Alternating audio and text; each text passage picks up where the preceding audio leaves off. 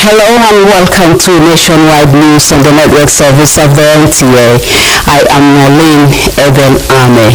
And let's begin by informing you that President Bola Tinubu arrives at Addis Ababa, Ethiopia for the 38th ordinary session of the Assembly of the African Union AU Heads of State and Government. The president was received at the airport by the Ethiopian Deputy Chief of Protocol, Ishetu Nigesi, the Minister of Foreign Affairs, Ambassador Yusuf Tuga, and Shahida of the Nigerian Embassy in Ethiopia, Ambassador Nasir Aminu. Ambassador Tuga briefed President Tinubu on the key points of the summit and some diplomatic wins for the country. Among the wins was the re-election of Ambassador Bankole Adere as African Union Commissioner for Political Affairs, Peace and Security. A statement by the Special Advisor to the President on Information and Strategy, Bayo Onanuga, says this year's AU Summit, under the theme Justice for Africans and People of African Descent through Reparations, focuses on reparatory justice and racial healing. President Tinubu will deliver a speech at the summit-level meeting of the African Union Peace and Security Council, where discussions will focus on current security challenges on the continent, including the escalation of conflict in the Democratic Republic of Congo. He will also participate in meetings on health financing, establishing an Africa Credit Rating Agency, and climate change. He is expected back on Monday. Vice President Kashim Shettima says the Northeast Development Commission has placed itself on the positive side of history for going beyond infrastructural development to investing in education and green technology through the Accelerated Senior Secondary School Education Program ASEP. He said this during a meeting with the management team of the NEDC, who came to brief him on the level of work on the ASEP project at the Presidential Villa, Abuja. State House correspondent Adroma Jibrila reports. Accelerated Senior Secondary Education Program, an initiative that began from 100 teachers to 600 in 71 institutions across the 18 senatorial districts of the Northeast, is redefining the educational system in the region, courtesy of the Northeast Development Commission. This meeting is to update the Vice President on the status of the Accelerated Senior Secondary Education Program, describing it as the actual game changer in the age and time, applauding the generative platforms introduced by the program, like the virtual reality headsets, saying they are going along in revolutionizing the learning experience, offering numerous benefits for students, educators and institutions because of the enhanced engagement and motivation. I think of all the areas of intervention by the NEDC, none titillates my imagination, none captivates the spirit of the times greater than this asset in this. It's a soft investment. It's really a game changer because in other parts of the world they are embracing digital educational tools because of the numerous benefits it offers. from improved knowledge retention to personalized learning to increase accessibility, because BR handset enables students to engage in remote learning. He employed the Northeast Development Commission, Ministry of Regional Development and other relevant stakeholders to collaborate and ensure efficiency. We are looking at so many angles through which we can solve the multifaceted problems we have inherited as a country in the education sector, especially in the Northeast. You know, the issues arising out of the insurgents, depletion of the numbers of teachers, infrastructure, and issues like that. We did not import technology. We actually produce homegrown. So it's relatable, it's authentic. It also provides, it was done in Nigeria by Nigerians. So there's an opportunity for content creators to also come on. So it's opening up a whole different opportunity in the region and across the country as well. The Northeast Development Commission has commenced the process of reviving teacher training education in the region, and a unit within the commission to handle training and capacity building across the educational ecosystem, establishing 18 ICT training centers, laboratories and other facilities across the Northeast. From the State House, Abuja, NTA News. From the State House, we take you to the National Assembly, where the House of Representatives is set to investigate allegations of fraudulent practices in the payment of contractors by the Federal Ministry of Finance and the Office of the Accountant General of the Federation. This resolution followed the adoption of a motion sponsored by Majority Leader Julius Ehubere and two other lawmakers who demanded a transparent digital payment system to eliminate human interference in contract payments. National Assembly correspondent Mitayo Ikon reports. The Majority Leader anchored his motion in reports alleging that contractors handling critical federal government projects are being allegedly coerced into offering kickbacks as condition for processing their invoices in the Federal Ministry of Finance. If these allegations are not thoroughly investigated and addressed, contractors will lose confidence in the government engagements, leading to slowed economic development and failed infrastructure projects nationwide. This motion is referred to the Committee on Finance for further legislative action. Another resolution sought payment of contractors engaged by the Niger Delta Development Commission. The House Committee on NDDC to investigate the matter with a view of identifying the contractors, recommend payment plan. In other motions, lawmakers condemned armed attacks on defenseless traders in Dauda Market in Fika local government area of Yobe State. 17 lives were lost, while several others sustained varying degree of life-threatening injuries. A bill seeking to establish district and magistrate courts for the Federal Capital Territory with jurisdiction over civil and criminal cases scaled second reading. For the appointment of district court judges and magistrates and for other court officers and for other purposes relating to or connected with the administration of civil and criminal justice. The House has adjourned plenary till Tuesday, 18th of February 2025. From the National Assembly, Mitaye Ikben, NTA News.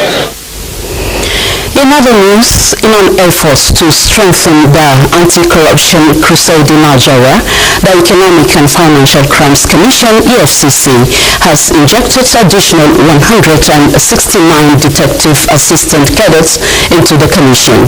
After 6 months of training, the chairman of the commission, Ola Olukoyede, urged the graduating cadets to be diligent in carrying out their duties to ensure that Nigeria is free from illicit financial flows and other related crimes through prevention.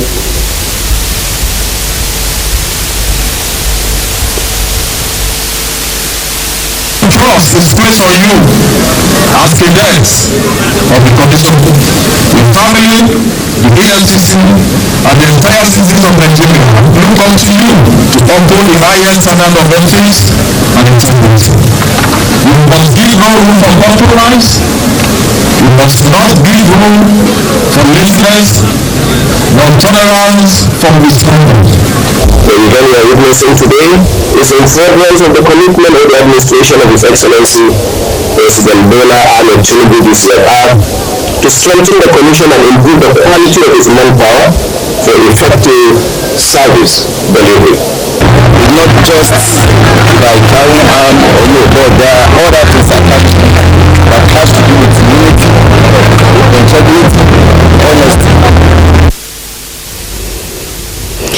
Elsewhere, in a bid for greater political representation, women have been urged to unite and intensify lobbying towards the passage of the proposed gender bills and the allocation of 74 special seats in Parliament. This was during a stakeholders training organized by League of Women Voters under the flagship campaign Her Seat in Parliament. Amina Saidu reports that the training emphasizes the need to address gender disparities in politics and underrepresentation.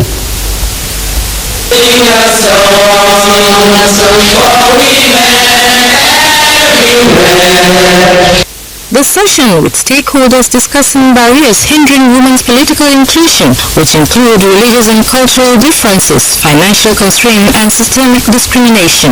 Speakers underscored the importance of advocacy, grassroots mobilization, and strategic partnerships to push for legal reforms that promote gender equity.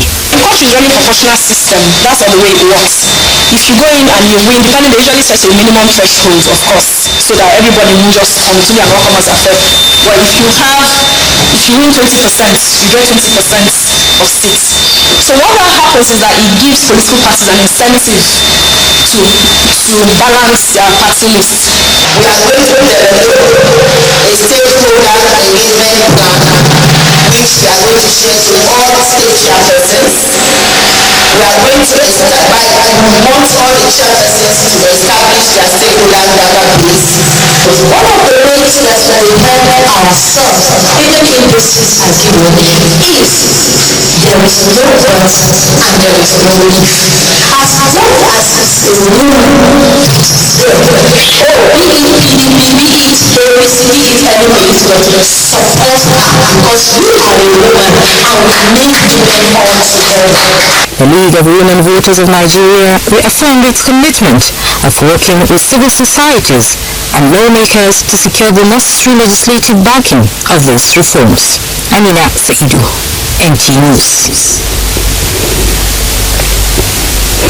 Still on women affairs, the National Council of Women Societies, NCWS, has commenced a nationwide training and empowerment of women in different vocational skills.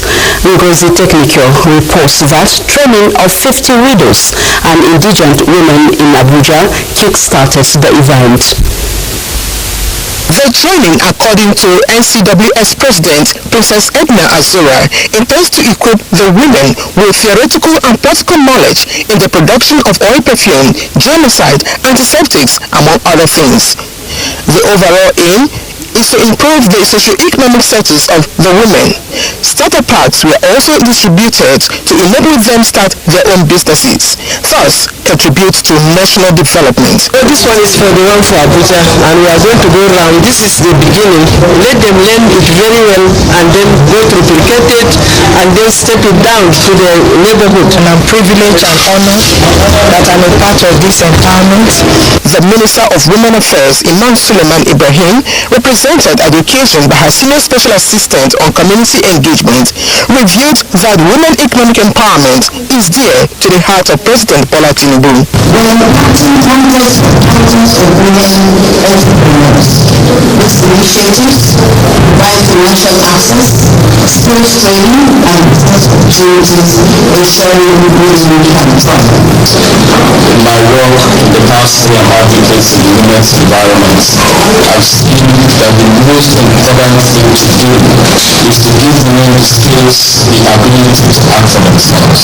Similar training and empowerment is expected to follow suit in other states of the Federation.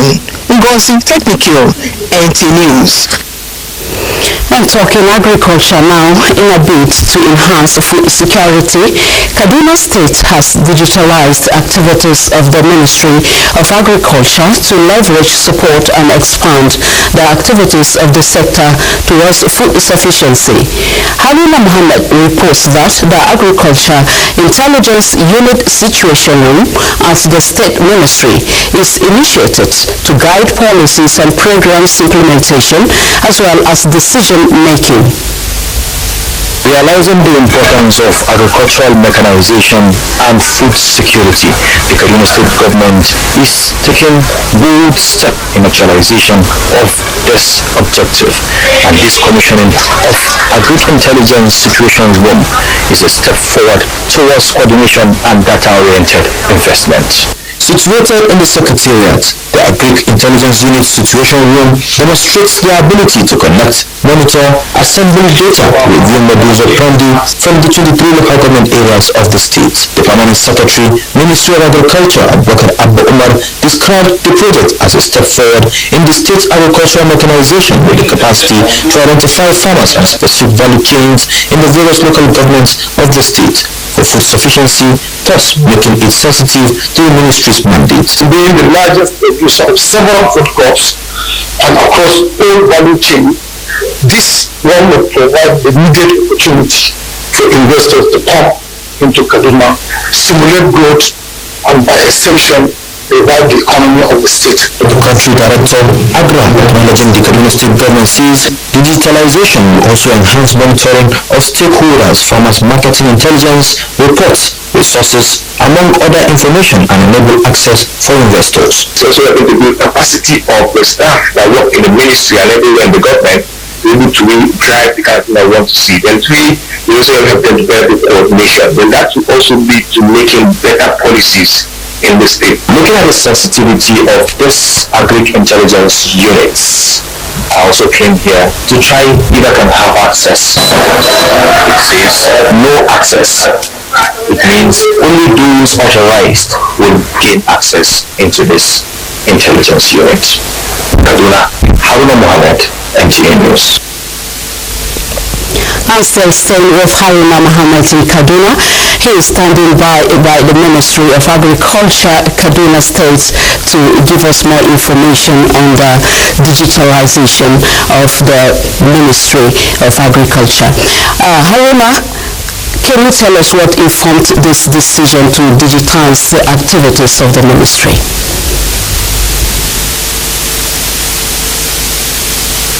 For every developed country, irrespective of sector, data is a key driver in its development strive. Thus, the commissioning of this project, that is the Agriculture Intelligence Situation Room, situated here at the Ministry of Agriculture in Kaduna State. And according to information from the ICT experts when it was commissioned, the Situation Room has the capacity of identifying the value chains across the 23 local governments of the state, and it's a data-driven project that will show you whatever project or value chain the state has. And it is important for you to know that Kaduna State has about 5 value chain which it's leading in, among which is ginger, grape, as well as maize, evident out the agriculture, and which again the ginger is one of the best in the country, not only in the country but even outside the country, the world itself, whereby India come into Kaduna State to also take part of the ginger we have here to mix with theirs due to its potency, and it's the best in the world. This project is driven by the zeal of the Kaduna State government to ensure food sufficiency and to ensure track record of those stakeholders as well as extension agents who are all spread across the local government, and also keep the track record of the farmers. And this will also ensure that the farmers, when there is any kind of something from the government that will help them in terms of fertilizer and other farm implement distribution and support, it can help whereby they can easily get to the farmers and ensure ensure these things get to them, to ensure that they get good yields of the agriculture farming in the states. These are some of the reasons why the state is actually doing this, and this is one of its kind in Nigeria from information that we have. All right, very well spoken, Haruna Mohammed. Thank you very much for your contribution from the Ministry of Agriculture, Kaduna State. In a similar news, Nigeria's commitment to enhancing food production and alleviating poverty in rural communities has garnered recognition from global leaders. The country stood out at the 48th Governing Council meeting of the International Fund for Agricultural Development, IFAD, held in Rome. Abuja, the Minister of Agriculture and Food Security, has been elected as the Vice President of the Governing Council of the United Nations Agency. Mr. Babalu reports. Leaders from 180 countries converged on Rome for the 48th Governing Council of the International Fund for Agricultural Development, IFAD. Chair, we have quorum. Before the meeting commenced, 2 vacancies were announced regarding the Vice President of the Council. The nomination of His Excellency Mr. Abubakar Kyari, Minister for Agriculture and Food Security of the Federal Republic of Nigeria, the Governor for Nigeria, to take up the role of Vice Chair. During an interactive session, Abubakar Kyari highlighted the measures being implemented by President Tinubu's administration to combat hunger and malnutrition in the country. The vision of the government is the youth access to, I would like to say, the small, micro and economic, producers of food. World leaders attending the event, including the President of Sierra Leone, emphasized the strategic importance of investing in rural areas of developing countries to achieve food and nutrition security, as well as economic growth and stability. We aim to completely overhaul our food systems to achieve food security. Several speakers stressed the significance of investing in the first mile where food production begins. Musa Baba Aliyu, NTA News. President Bola Tinubu has approved the engagement of 50 doctors and 100 nurses to cater to them for the medical needs of inmates in correctional centers across the country. In a statement, the Minister of Interior, Olubunmi Tunji-Ojo, says he has also secured presidential approval for the National Youth Service Corps, NYSC, to post medical doctors to correctional facilities for the service year in realization of the need to protect the rights of the weakest in the society.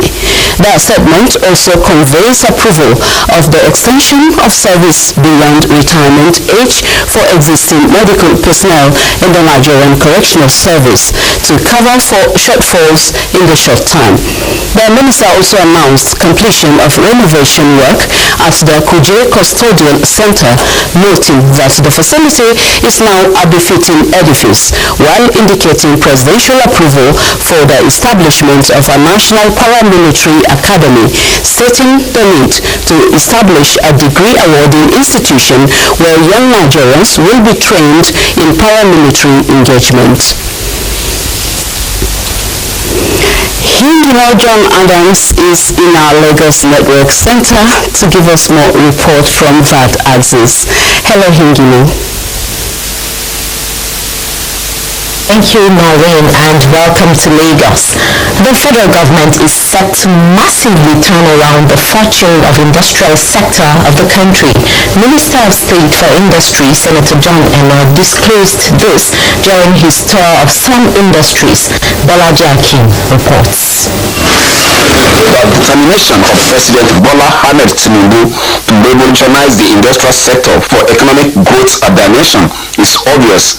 With the recent tour of industries by the Minister of State for Industry, Senator John Emma, at the various industries visited, the minister emphasized on diversification as one of the key points of renewed hope agenda of President Bola Tinubu with the population and available markets in the country.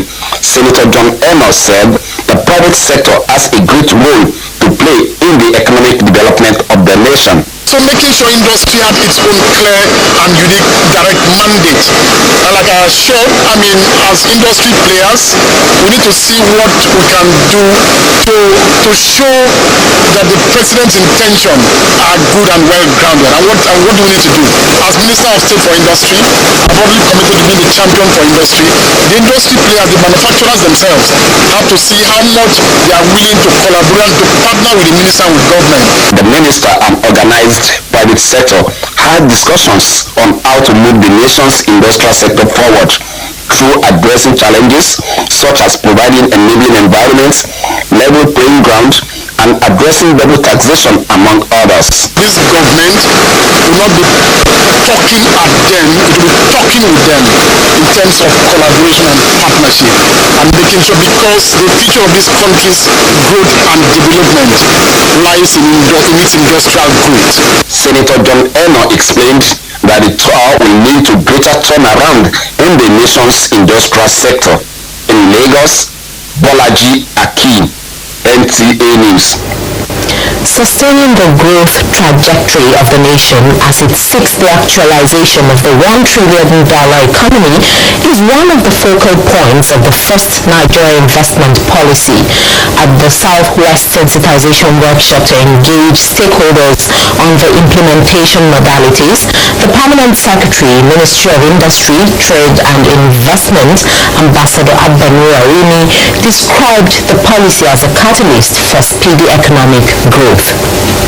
The first Nigerian investment policy is an all-encompassing policy with specific roadmaps designed to provide guidance for promoting responsible investor conduct in line with global best practices, thus ensuring the environment, health, labor laws, safety, human rights, corporate social responsibility, and anti-corruption are taken into cognizance for a symbiotic relationship between the investors and Nigeria. This mutual benefit the Permanent Secretary Ambassador Abanura Rimi will help stop counter flights and create more opportunities for various stakeholders in the nation's economy, especially local industries. The document focuses on three pillars: investment promotion, investment facilitation, and sustainable development. It seeks to define clear roles for various national and sub-national agencies and outline measures to ensure proper coordination and implementation. The implementation of Nigerian investment policy cut across various government agencies, including organized private sector, and stakeholders believe this sensitization workshop for the Southwest is an opportunity to deepen collaboration and outline the roles and expectations of each agency. It's a very important policy document for the federal government for investors, both DDIs, that domestic direct investors, and foreign direct investors. Takes into consideration the rule of trade disputes. So it's a complete document. They have to do this around the country so that people will know there are different roles they need to play for the effective implementation of the Nigerian investment policy. If the ministry has done its own part, people need to know so that they can do their own part. Stakeholders agreed on establishment of framework for impact assessments. In Lagos, Joel Okbola, NTA News. Those are the stories from Lagos. Nationwide continues with Nolin after the break.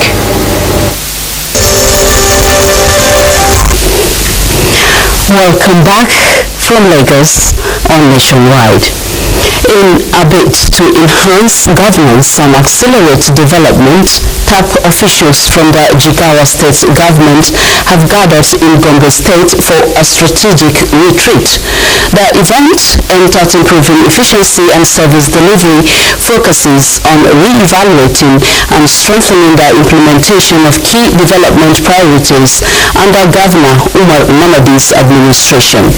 Governor Namadi emphasized that the retreat is a critical step towards achieving a more prosperous and sustainable future for Jigawa State. Muhammad Musa Skira reports. The retreat that will last for 2 days, stakeholders say, will explore new innovative knowledge and strategies to consolidate on the progress already made in the past 21 months of the present administration in Jigawa State. In September 2023, similar retreat was held in Kaduna State, which culminated to the signing of a performance bond initiative between the governor and heads of NDAs to ensure the delivery of effective, efficient and result-driven governance in the state. What the bottom line of our vision for Greater Jigawa is safeguarding the security and welfare of the citizens on a sustainable basis. Our goal is to institute a transformational change process. Transformation that will reposition system, practices and mindset to have a greater performance and productivity across economic and social institutions.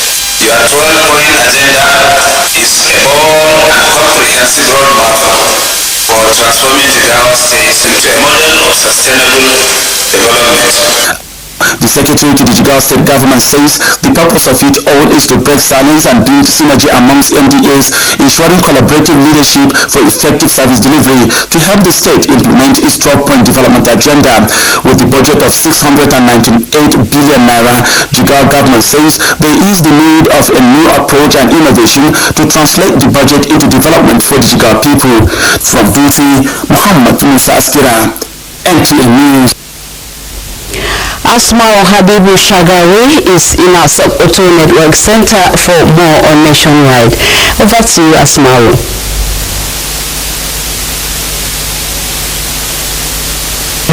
Hello and welcome to Sokoto on Nationwide.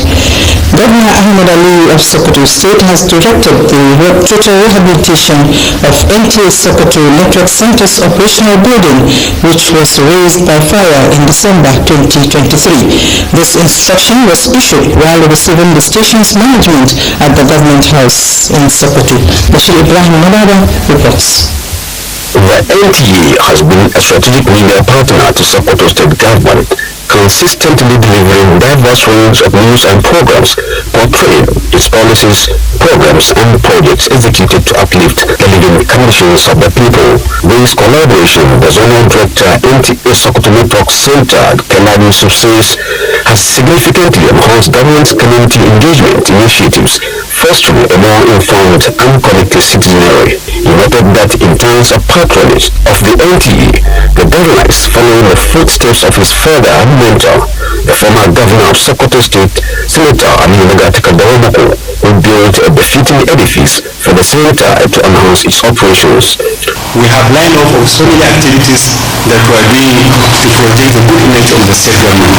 While acknowledging the endless community engagement drive and efforts in publicizing government activities, Governor Ahmed Ali urged the network center to continue to promote the good image of government and people of Sokoto State beyond the state and country's boundaries. Governor Ali approved the allocation of a health seat and operation vehicle as requested by the zonal director and pledges to sustain the existing cordial working relationship with the NTA. Our administration will remain committed to partner with any media organization, be it electronic or print order, to have all the activities well covered, well documented and well aired. The governor, who described the role of the media as critical in a democratic setting, called on journalists to ensure professionalism in their reportage, insisting that the doors of his cabinet are open for advice and constructive criticism. From Sokoto, Bashir Ibrahim Nababa, NTA News.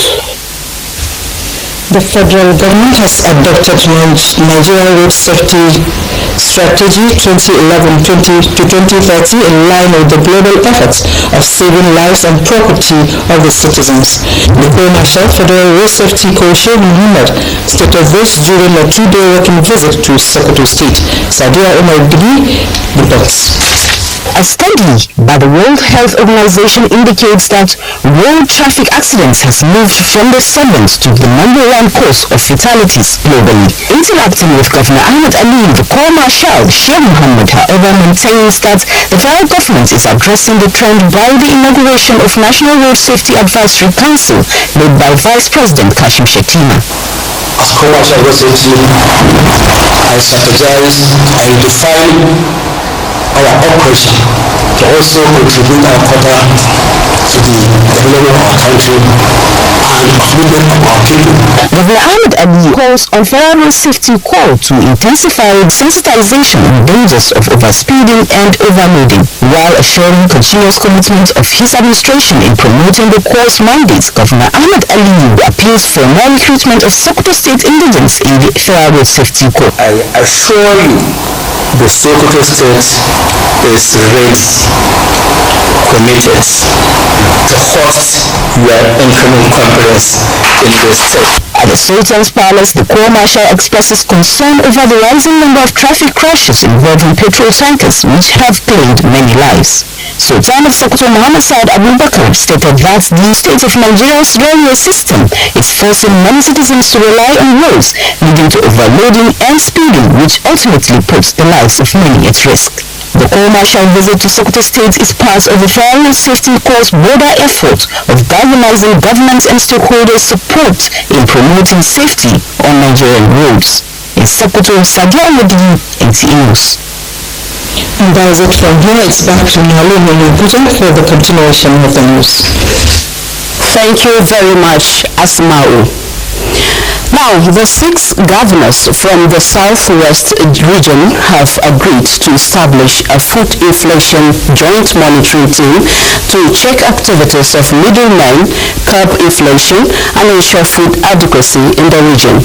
This was part of a communique presented at the end of the Southwest Governors Forum meeting in Lagos. Joaquin Abakoya reports.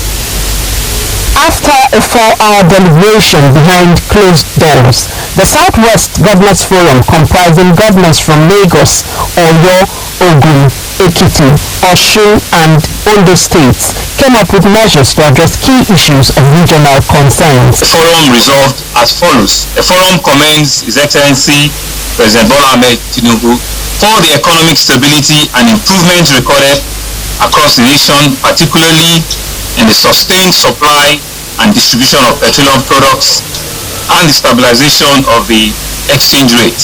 The forum urges citizens to continue supporting the President's effort at strengthening the economy and improve the overall well-being of all Nigerians.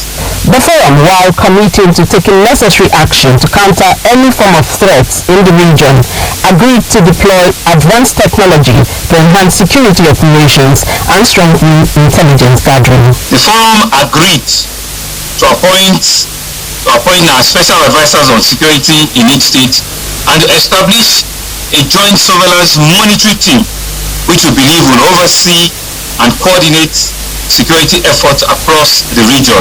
The Southwest governors also commended the federal government for the successful implementation of the student loan scheme and encouraged eligible students in the region to take full advantage of the initiative. In Lagos, Joy Ken Abakuya, NTA News. From Lagos, we take you to Osun State as Osun State gears up for its local government election on February 22, 2025. The Osun State Independent Electoral Commission says it will ensure a smooth, transparent and credible process. Femi Afaregu reports. February 22 upcoming local government elections in Osun State are being focal points of political discourse, especially following a recent Court of Appeal judgment dismissing a case filed by the People's Democratic Party, PDP, challenging the validity of the October 15, 2022 local government elections in Osun State. Osun government has, however, clarified on the judgment. Court of Appeal never at any point in time made any comment about any chairman being restored back to office. It was never part of the proceeding. All the Court of Appeal did was to strike out or give someone filed by PDP because as I understand it was filed according to them because of that no arrest. The Federal Court had already set aside the election as if PDP is not even having any action in force.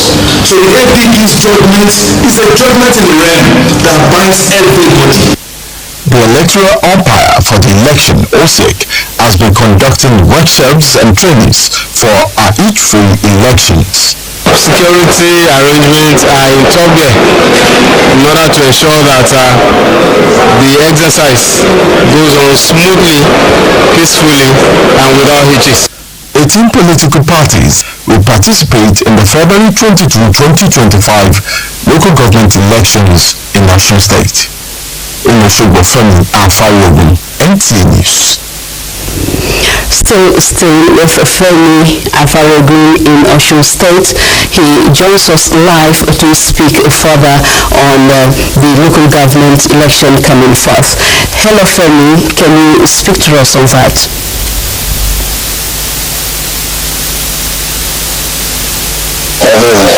The first local government election in Osun State took place in the year 1999, following Nigeria's return to democracy. Since then, successive governments have conducted elections at varying intervals, which is often marked by legal battles and political tensions. It is just 9 days to the 2025 local government elections in Osun State. First one to be conducted by Ademola Adeleke's administration in the state. And to talk on how prepared the state is with the election, I have with me the chairman of the State Independent Electoral Commission, Mr. Ashim Abioye. Good afternoon. Good afternoon. How prepared are you for the Osun local government election? Well, in terms of logistics, in terms of personnel, in terms of security, in terms of all other arrangements, we are very, very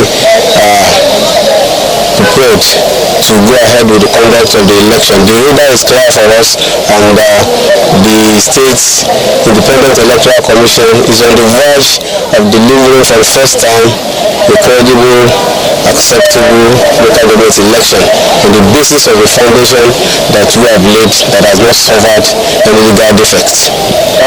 What is your message to political parties and members of the public ahead of this election? Thank you very much. Our message is clear. We have a campaign which we tag Campaign Against Election 2CD, which is a campaign against election violence, against cultism, against cybercrime, and against drug abuse. These are the incidences of violence during the election, and this what we have been campaigning against, and I believe the political parties are keeping to the rules. We have had it so good so far. Thank you very much, Mr. Ashim Abioye. I've been speaking with the chairman, also Mr. Ashim Abioye. Now he said they are prepared for the election, and now they are expecting people to turn out next week for the Osun State local government election. Back to you in Abuja. Thank you very much, Femi, for your contribution on the local government election coming up in some few days ahead. Thank you very much. All right, President Bola Tinubu has arrived in Addis Ababa for the 2025 African Union AU Summit. He arrived a few minutes past midnight this Friday from Paris, where he had a week break. President Tinubu is in the Ethiopian capital to attend the 46th ordinary session of the Executive Council and the 38th ordinary session of the Assembly of the AU Heads of State.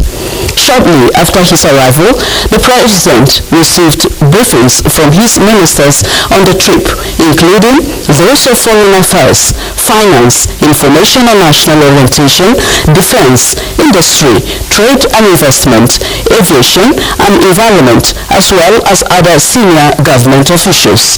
During the summit, the heads of state and government will officially launch the AU theme of the year for 2025, which is Justice for Africans and People of African Descent Through Reparations. This theme was decided on by the heads of state and government at the 37th ordinary session of the Assembly of the Union held in February 2023 in Addis Ababa, in the continuing pursuit of justice and equity. We shall now go to Enugu, and Comfort Ayin is standing by with more stories from that end. Hello, Comfort. Welcome to Enugu Network Center. The Anambra State Fiscal Planning Board has met with NTA Onitsha to reconcile issues surrounding the demolition of parts of NTA property in Onitsha. Franklin Onyekachi reports. A frosty relationship had developed between NTA Onitsha and the Anambra State Fiscal Planning Board following the demolition of shops erected by the NTA to ward off encroachment into its property. On 6 February 2025, officers of the Anambra State Fiscal Planning Board in the company of uniformed security agents who claimed to be enforcing demolition of shanties destroyed some lock-up shops erected by the station. This gave rise to a feeling of bad blood between the two organizations, with videos of the demolition having gone viral. In a reconciliatory meeting, the managing director of the Anambra State Fiscal Planning Board paid a visit to the general manager of NTA Onitsha, who recounted what happened before and during the demolition exercise. Anambra Association is dragging that man. The bone of contention is not all these funds. The bone of the main contention is that man you're seeing, that small pot of land. We are given a CFO to NTA, and that CFO has a territory. The perimeter survey is there. Anything given to NTA will not be touched by government. We will never do that. However, we don't take permission from the people. We mark it. When the time expires, either by friction of time, we come there, we remove it. Members of staff of NTA Onitsha are calling for an amicable resolution of the issues to ensure a healthy relationship between the two bodies. In Onitsha, Franklin Onyekachi, NTA News. The new General Officer commanding 82 Division of the Nigerian Army, Major General Oluyemi Thomas Olatoye, has promised to bring all his acquired knowledge and experience in the fight against criminality within his area of jurisdiction. The new GOC, who also serves as the Commander Joint Task Force Operation Doka, gave the assurance on a courtesy visit to Governor Dikamba. Chika Ugu reports. Thanks fighting crime and criminality, this familiarization visit by the new GOC 82 Division is also to seek other areas of collaboration with the state government to address insecurity in the state and its environs.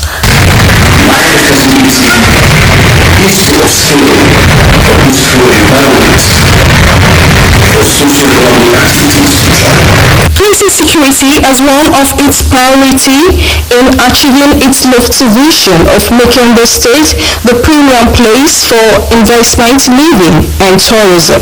The Enugu State government has implemented policies, innovations, security interventions, and sustained robust relationship with the Army and other security agencies.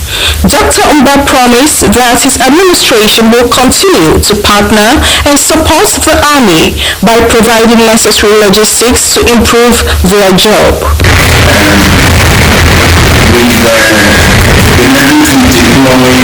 Technology, and of course, we are also not doing the technology to operate in isolation.